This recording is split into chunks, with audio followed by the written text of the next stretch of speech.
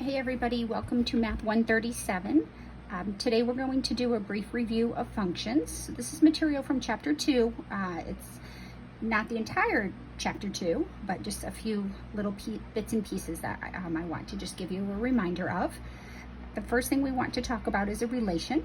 A relation is any rule that assigns elements in one set to elements in another set. So here's our formal definition. Our sets can be anything. They can be numbers, they can be people, they can be objects. Typically in a math class, our sets of inputs and outputs are sets of numbers, but that's not the die-hard rule. Let's first look at an equation that represents a relation. The equation y equals x squared is a relation. So what that means is the value of y depends on the value of x, and the value of x also depends on the value of y. So there's definitely a relationship. X can't be anything and y can't be anything in this equation in order for this equation to hold true. So now there's no specific indication on what we have to put in for x and y. One thing to note though is when we have a relation that's expressed as an equation and we have variables, here our variables are x and y, typically the variable that appears first in the alphabet is our input variable. The variable that appears later in the alphabet will be our output variable. So here we're just going to assume x is our input variable. We're going to assign values to x and find the corresponding values of y. So we can start with whatever we want.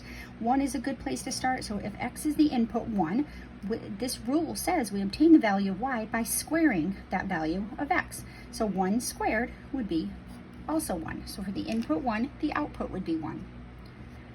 If the input was 2, the output would be 4. If the input was 7, the output would be 49. So now here, based on the nature of this relation, there's no number that we can't square. So here I just picked nice whole positive numbers, but I could put the input 1/2, and if x was 1/2, then we would get y by squaring 1/2, and 1/2 squared, which means 1/2 times 1/2, would be 1/4. We can also put in negative values. If I put in -3, for example, now be really super careful here, because if I put in y equals -3 squared, we are squaring the entirety of the number. -3 squared means the negative and the 3 is going to be squared, which is -3 times -3, and the output would be 9. One of the biggest mistakes students do is they'll say y is -3 squared. And if you do this, you might have come up with the answer 9 in your head, but if you relied on your calculator and you typed -3 squared in this way, it's going to give you the answer -9. And why does that happen? Well, this is dependent on the order of operations. If we think of our little acronym PEMDAS, right, it does everything in parentheses first, then exponent. So it's going to square the 3 first, and it's going to call this 9, and then it's going to do the multiplication and then apply the negative sign in front. So it would be -9. So this is not what this rule is saying. This rule is to take the entire number, whatever we decide to be for x, and squaring it we square the numerical value as well as the negative sign or the coefficient of -1 out front. So this is a relation expressed in table form. The set of inputs, so I'm going to be a little bit messy here. The set of inputs is also called the domain. And once we put in all possible inputs, here we only put in 5 of infinitely many inputs, we get a resulting set of outputs. And that resulting set of outputs is called the range. So all relations have a domain and a range. So this is in table form. We can also express relations as ordered pairs. So if we put in 1 for x, we got the output 1. So we could express that as the ordered pair 1, 1. Now I said ordered pair here, but if I switch the values in that set of parentheses, we would still have 1, 1. But be really careful here. If x is 2 and the input x is 2 and the output 4 is y, that would be represented with the ordered pair 2 first and 4 second. The input always goes first in the parentheses, the output always goes second. So 7 would be the input that produces the output 49, so forth and so on. The input 1/2 produces the output 1/4, because 1/2 times 1/2 is 1/4. We could continue this forever. Now notice this is just an abridged version of the set of inputs. There's infinitely many inputs I could put here, so we wouldn't ever be able to create a complete table of values for this particular function or this particular relation. All right, let's look at a different type of relation, a relation that is expressed using words. So let's suppose I looked at the relationship between student and birth date. So if we were in class, we would go around and you would tell me your name and your birth date. That's obviously not going to happen when we're doing this virtually. But let's suppose Evan in our class, birth date was 8/13. And let's suppose we have Lori and her birthday she was born on July 4th. So this is a different way to express a relation. We can use two bubbles. The set of inputs is typically the bubble on the left. So since I listed student first, I'm going to call that my set of inputs. And in the second bubble, I'll put their birth dates. And then we just draw a line from the student to the corresponding birth date. So we could have Joe. And Joe was born on January 2nd. All right, and Francis perhaps was born on December 21st, right? So this is another way to look at a relation. Evan would be assigned to the date 8/13, which is his birthday. Lori would be assigned to the date 7/4, which was her birthday, so forth and so on. We could also express this as ordered pairs. It's a little more tedious, but we would write Evan was the input and 8/13 was the output. So that would be my first ordered pair. And then we would write Lori, and Lori's birth date was July 4th, so forth and so on. So what we're leading up to here is a function, what a definition of a function is. A function is a special relation for which each input has just one output. Note, all functions are relations, but not all relations are functions. What do I mean by that? Well, in math, we're often very interested in relations that are defined to be functions. So it's important to be able to look at a relation and determine if it's a function. So the rule of thumb is, if you put an input, could there be more than one output associated with it? So let's go back and look at our last two relations. The first relation was given to us by the equation y = x². If I put 1 in for x again, the only output I could get would be 1. If I put in 2 and square it, the only result is 4. If I square 2 again, it's still only going to be 4. There's no two different results that we could obtain by squaring the number 2. Same with 7, same with a half, same with -3, same with 100. So this equation is this relation is a function. This relation is a function. Right, each input produces just one output. So each input's just going to give us one output. Right, let's look here at students and birth date. All right, so assuming this Evan is a particular Evan in class, if I had more than one Evan, I would have Evan number 1 and Evan number 2, or I would identify them by their last names, clearly two distinct people. But either way, if I looked at Evan and I said, what's your birth date? Can students be born on more than one day? Hopefully you said no. So each student is assigned to just one birthday. Lori can only be born on one day. This Joe can only be born on one day. So this relation is also a function.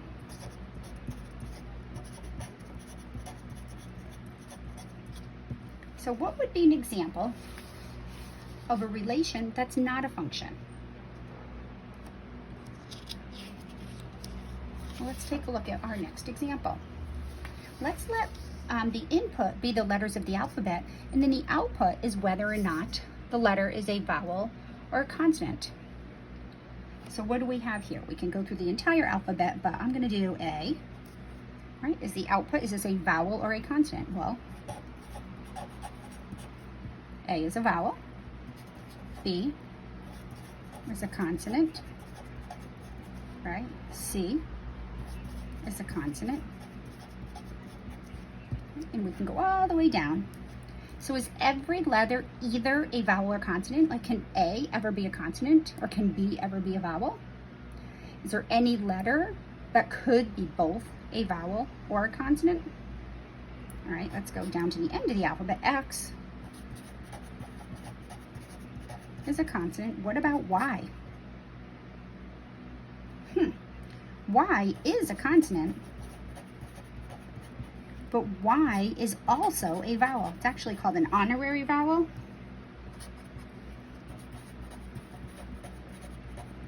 So if we looked at all 26 inputs, all 26 letters of the alphabet, every single letter has just one output. It's either a vowel or a consonant, except for Y.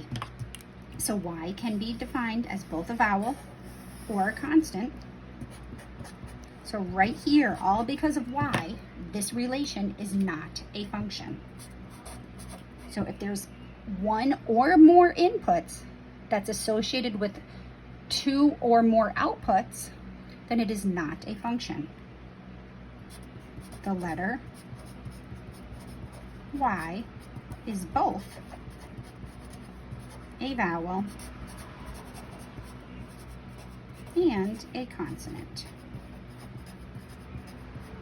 If we removed the letter Y from the alphabet and Y didn't exist, then the alphabet as my input and vowel or consonant as my output would be a function. If people could be born on more than one day, so if Frankie's birthday was both on June 2nd and October 31st, then that relation would not be a function. So if you can find one or more inputs that's associated with more than one output, that rule or that relation is not a function. All right, this gets a little bit trickier. Let's look at this relation defined by the equation where the absolute value of x equals the absolute value of y.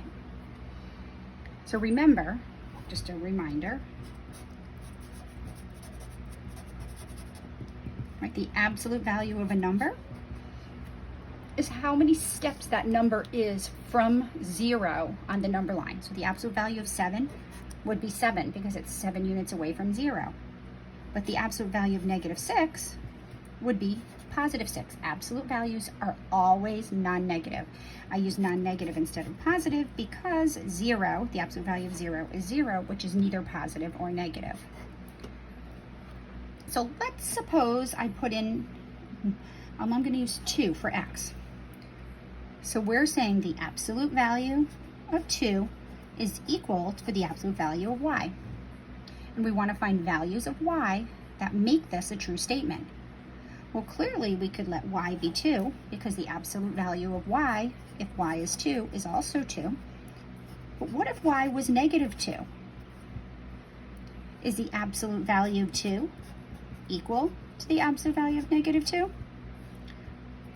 Well, 2 equals 2, so yes. So if x is 2, it can also be associated with the y value -2. So the input 2 has two y values associated, 2 and -2. And that can be with any number. If I did 7 for x, y could both be 7 and -7. If I did -4 for x, y could be -4, but it could also be +4. So all we have to do is find one number that violates the definition of a function in order for the relation to not be a function. Here I gave you 3 examples. Not a function. There are inputs, many inputs, for x that are assigned to multiple values of y. Right? So relations, it's okay to be a relation and not be a function as long as we can identify it. So let's just go back to this ordered pair notation that we talked about before. If I look at this first pair, when I put in 2, the output was 2, would be represented by 2, 2. This would be 2, negative 2. The third ordered pair would be 7, negative 7. Nope, well, I switched it, sorry. It went out of order. Doesn't matter. Right? And we would continue like this. So if you're given an ordered pair, sets of ordered pairs, to determine if this relation is a function, you have to focus on the inputs. The inputs cannot repeat with different outputs. So here we have the input 2 twice with different outputs. Here we have the input 7 twice with different outputs. So inputs can't repeat with functions. There's still a relationship between x and y here because I couldn't put in anything for x and assign anything for y and make that a true statement. They have to have the same absolute values, but there are x values of x that are associated with more than one values of y, violating the rule of a function.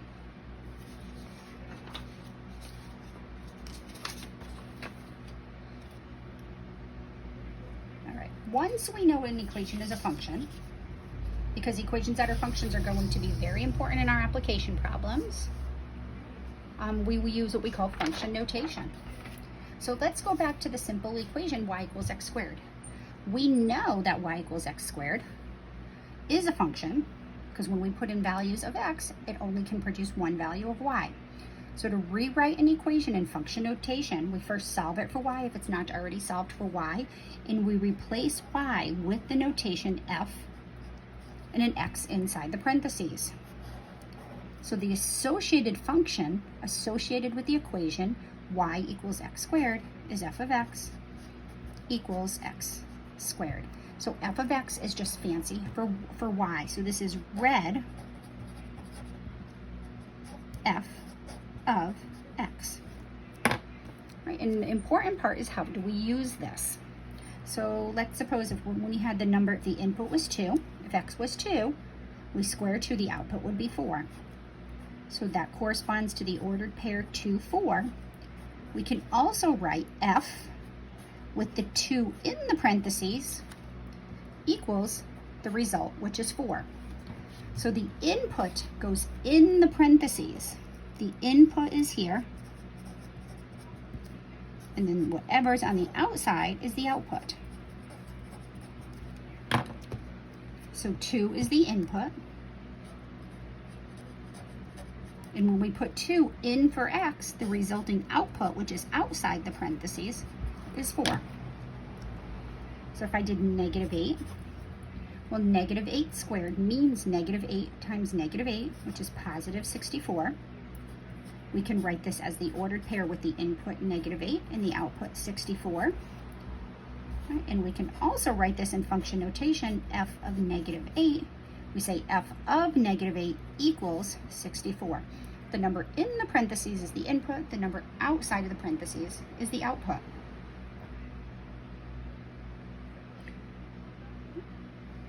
If I put 0 in, 0 squared would be 0.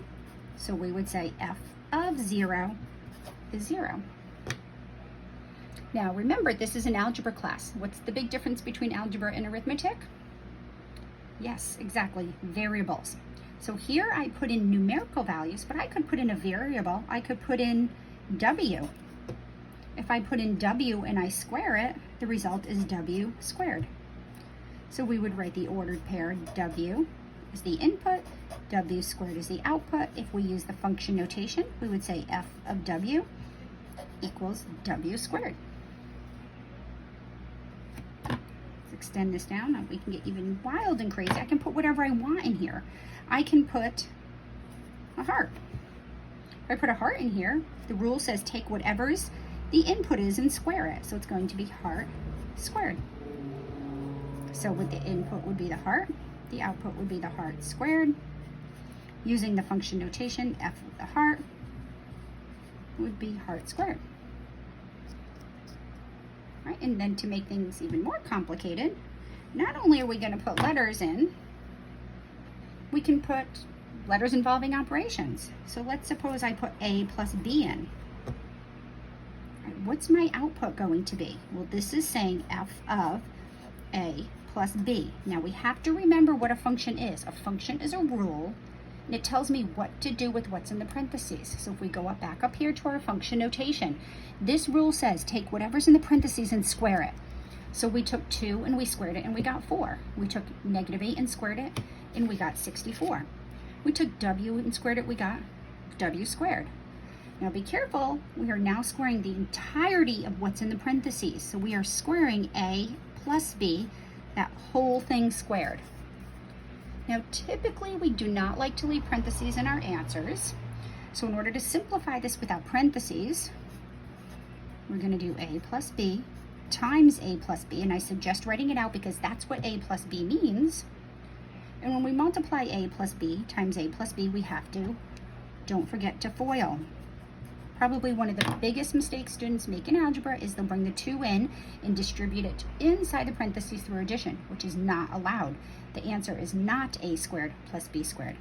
You have to do the product of the firsts, product of the outers,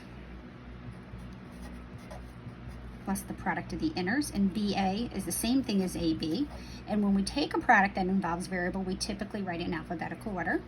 And then B times B is B squared. And then we notice we have AB and AB. So 1AB plus 1AB is 2 ABs. So the final result would be A squared plus 2AB plus B squared. So because this is algebra, we are not only going to put numerical values inside functions, we're going to put operations inside functions. All right, so continuing right along, let's look at this equation. X plus y equals 5. So there's certainly a relationship between x and y here. We can't just pick any two numbers for x and y and add them together and get 5. What we choose for x depends on what we choose for y, and what we choose for y certainly depends on what we choose for x. So for example, if let's suppose I let x be 1, well, 1 plus what is 5? Well, y would have to be 4. So there's definitely a relation here. If I put 1 in again, is there any other number if I put in 1 for x that I could add to 1 to get 5? This would be my only option. What about if x was 0? 0 plus y equals 5. Y would have to be 5. Right? Because this is saying, here this would be saying 1 plus y equals 5, and we would do basic math and we'd get y equals 4. Right? If we put in 0 for x, we'd get 0 plus y equals 5. So clearly y has to be 5. What about -3? What would y be? Well, -3 plus y equals 5. Add 3 to both sides to solve for y. We'll get y equals 8. So y would be 8. What if I put in, let's put in w again. Right? If we did w plus y equals 5, what does y equal? Well, in order to solve this for y, I would subtract w to get y alone, and we get y is 5 minus w.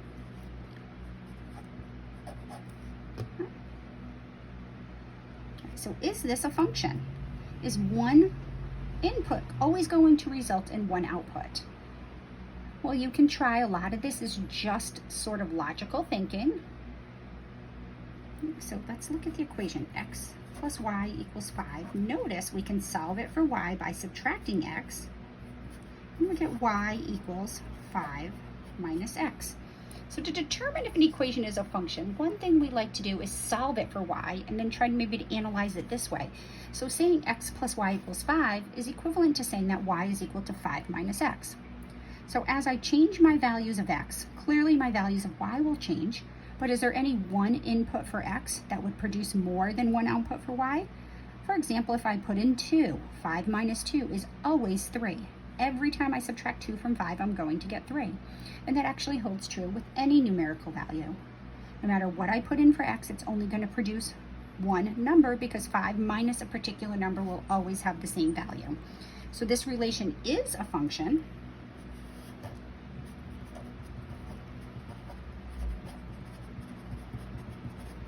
So thus my original equation is a function.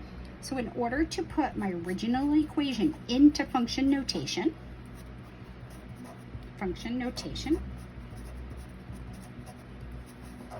so FCN is my abbreviation for function. So for function notation, we're going to 1 solve for y. So we get y equals 5 minus x. Then we replace y with the f of x notation. So f of x is equal to 5 minus x. So if we go back up here and we find f of 1, well, that's saying to put 1 into this rule down here, and 5 minus 1 would be 4. So f of 1 would equal 4, and that's we have the input 1 produces the output 4. We would say f of 0, we'll put in 0 for x, 5 minus 0 is 5, so forth and so on. F of negative 3, well 5 minus negative 3, well minus a negative number becomes positive, and that becomes 8. And we would just continue on this way forever. All right, let's just take a minute and look at tables and functions.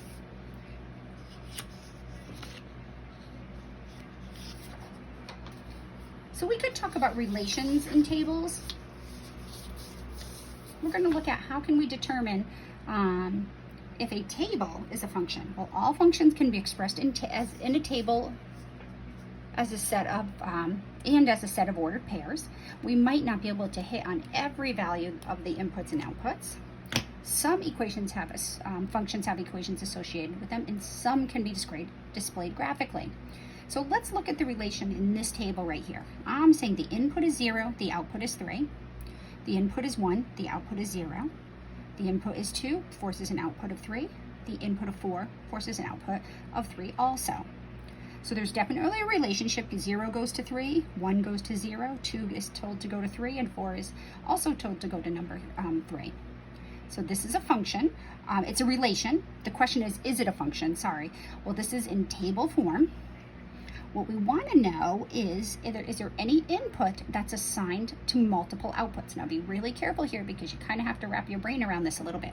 0 has the output 3. Does 0 have any other output? Nope, the only output associated with 0 is 3. So that point is good. The input 1 only goes to the output 0. There's no other 1 in my set of inputs with a different output. 2 gets assigned to the output 3. Now be really careful here because it's okay that 0 and the different inputs 0 and 2 have the same output of 3. Nobody ever said that a function's outputs can't repeat, just the inputs can't repeat. As long as 2 isn't assigned to any other number, then we're doing good. 4 also goes to just 3. So this is a function.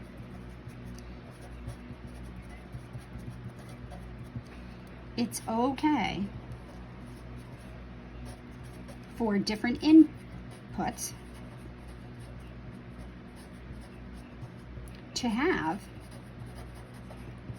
the same output. So if we go way back to our birthday example, let's look back at this for a minute. Let's suppose I add Mac. And Mac was also born on 1/2. By adding Mac, born on January 2nd, even though Joe's birthday is already on January 2nd, this is okay. Mac still just has one birthday. So this relation is still a function. As long as each student has just one official birthday, then the relation is a function. Mac can't have 2 different birthdays, but 2 students can have the same birthday. So as long as one input only has one output, different inputs may have the same output. So this is a relation that is a function. There could be a formula for this, we don't know it. In higher level math, we would find equations that could model this data. But right now, the only inputs we know of are 0, 1, 2, and 4, and the only outputs are 0 and 3. So we would say the domain would be the set of inputs, which is 0, 1, 2, and 4. And the range is the set of outputs. So by this table, the only outputs I see are 0 and 3. If an output repeats, we don't write it more than once. So this could have an equation. It does have an equation. There's different equations that we could use to model this. This can also be displayed graphically. So this is my x-axis. Always x is your horizontal and y is your vertical unless otherwise stated. So if x is 0, it's telling me y is 3. So I go to the point 0, 3 right here. So that would be the first point, 0, 3. If I go over 1, this says the second point says go over 1, but don't go up or down at all. So that would be the point 1, 0. This is when you go over 2, go back up 3.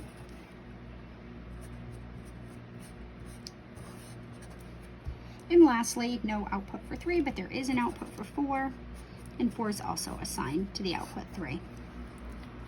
So there's a graphical representation of this function.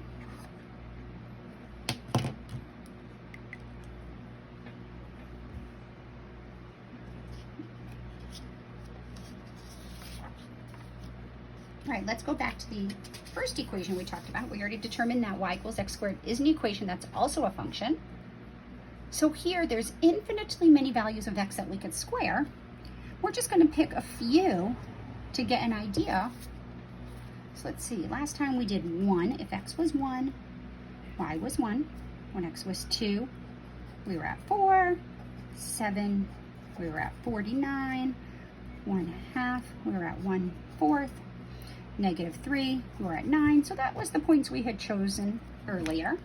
So let's plot those. At 1, we go over 1, up 1.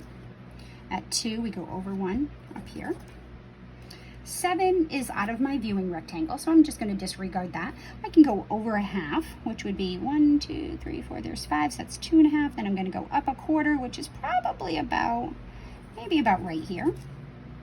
And then -3, well, 9 is way off. -3, 9 is way up here. All right, so I really don't have enough points to determine the shape of this graph. So what you want to do is when you're given a relation or a function expressed as an equation, you want to plot enough points so you get a general idea on how this graph is shaped. In this class, we want to learn to recognize forms of equations and what their graphs are going to look like. So I'm going to plot a few more points. If x is 0, 0 squared would be 0, so it goes through the origin. I'm going to pick some numbers to the left of the x-axis, maybe -1 and -2. If x is -1, well, -1 times -1 would be +1. -2 times -2 would be +4. So at -1, I'm at 1. -2, I'm up here at 4. All right. If I do -1/2, I'm going to be at +1/4. So we have this symmetry.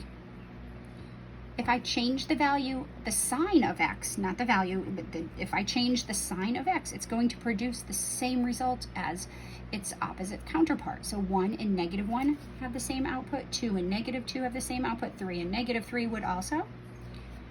And what this shape is going to look like, and you can always plot more points, it's going to look like this. It's because notice it goes way up right here at -3, it's going to go up really quick. It's going to look something like this. So x squared, knowing about this material already, I already know the graph of this is what we're going to call a parabola. So quadratic equations, where the highest power on the variable is 2, is going to look like this. Right? All right, so here we were given relations that were functions, and we looked at them graphically in tables. What if we were given the graph of a relation? Can you determine if the relation was a function? So let's suppose I didn't give you this information. And I said, look at this graph. Is this the graph of a function? And hopefully you've seen this before. Given the graph of a relation, yes, you can determine if a graph represents a function or not. And we do this by using the vertical line test.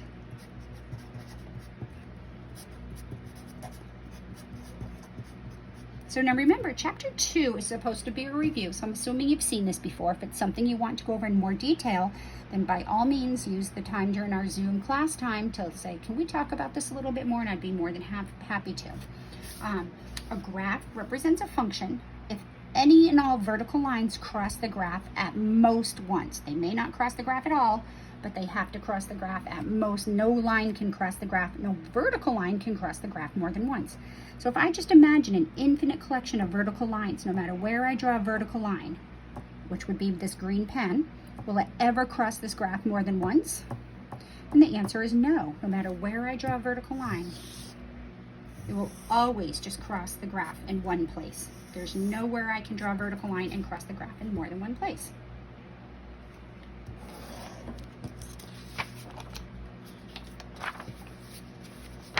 So I just wrote that here. The vertical line test for a graph to determine if a graph is a function says a graph represents a function if any and all vertical lines cross the graph at most one time. Maybe none, but no more than one time. So if I look at this, this is in the linear equations, the graph of a line, and I start just imagine or even mentally just drawing vertical lines. Can we draw a vertical line and ever cross this line right here more than one time? You say yes. This is a function. FCN is my abbreviation for function. And why is it a function? Because it passes the vertical line test. All right, circles are beautiful graphs. This is a circle, looks like a circle of radius 2. Great geometric figure. But look here, I draw a vertical line and it crosses the graph more than once. So circles are not functions, so we would say not a function. And it's not a function because it fails the vertical line test. If you can draw one line and cross this graph in more than one place, it fails. Right, so I'm going out of order here to be wild and crazy. Let's see. It's very similar to our previous graph on this previous page. This is the graph of a parabola, but it's a sideways parabola. And in order to determine if a graph represents a function, we are doing what we call the vertical line test. So notice here, we can draw horizontal lines and never cross this graph more than once, but that doesn't matter. Can you draw a vertical line? Well, here's a vertical line that doesn't cross the graph at all, so that's irrelevant. But here's a vertical line that crosses the graph more than once. So we would say not a function because it fails the vertical line test. Well, why is it not a function? Well, if we look here, the coordinates of this point right here where it crosses looks like it's the point 1, 2. And then this point down here looks like it's the point 1, negative 2. So both of these points where I happen to draw this line have input 1, but has 2 different outputs associated with it. That's why the vertical line test, if you have a vertical line that crosses the graph in more than one place, what that's telling us is the x values are the same, but the y values are different. Right, lastly, so this is a relation represented by a set of just in ordered pairs. There's 1, 2, 3, 4, there's 6 dots in this relation. If I draw a vertical line here or here, here it doesn't cross at all. The second one it crosses only once. But notice right here is only one vertical line. The vertical line through 1. This fails the vertical line test. So this is not a function because one vertical line goes through more than one point, even though every other infinitely many vertical lines don't go through the graph at all or only at one place. This one piece right here makes this not a function. Right? Fails vertical line test. All right, kids, so that is your brief review on functions. Be sure to see the to-do section in Blackboard to see the associated assignments. Have a great day.